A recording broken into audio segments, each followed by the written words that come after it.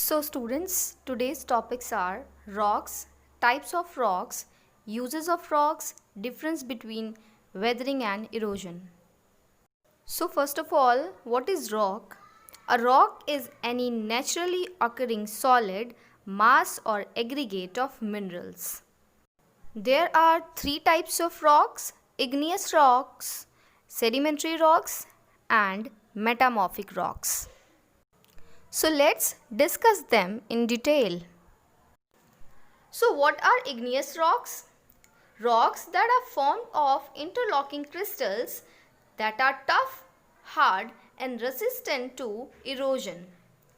And these types of rocks are formed by the cooling of molten magma either underground that are intrusive or on the ground that are extrusive due to volcanoes. Examples of igneous rocks are basalt and granite. Next is sedimentary rocks. These types of rocks formed in layers called strata often contains fossils. Some are tough and others are weaker than igneous or metamorphic rocks. These types of rocks are formed by the compaction of sediments usually deposited by the sea. Some examples of sedimentary rocks are sandstone, limestone, shale and clay. Next one is metamorphic rocks. These rocks are also very tough and resistant to erosion and are also formed of interlocking crystals. These are formed by heat or pressure changing existing sedimentary or igneous rock to metamorphic rocks. Some examples are slate and marble. Now, next topic is uses of rocks. As we know that rocks contain many minerals like bauxite, iron ore, dolomite, etc.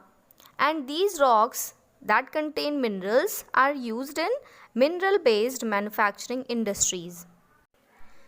These rocks used in construction of dams and bridges and also helps in the study of earth science as geologists study sample of rocks to analyze the age of the earth.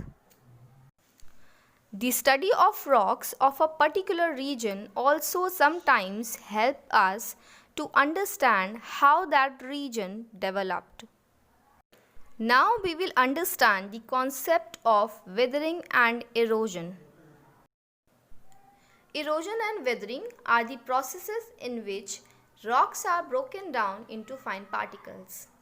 Erosion is the process in which rock particles are carried away by wind and water or any other natural agent.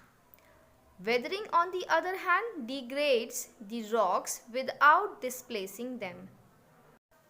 Weathering may create new minerals, whereas erosion wears away the earth's surface and hence it is a destructive process.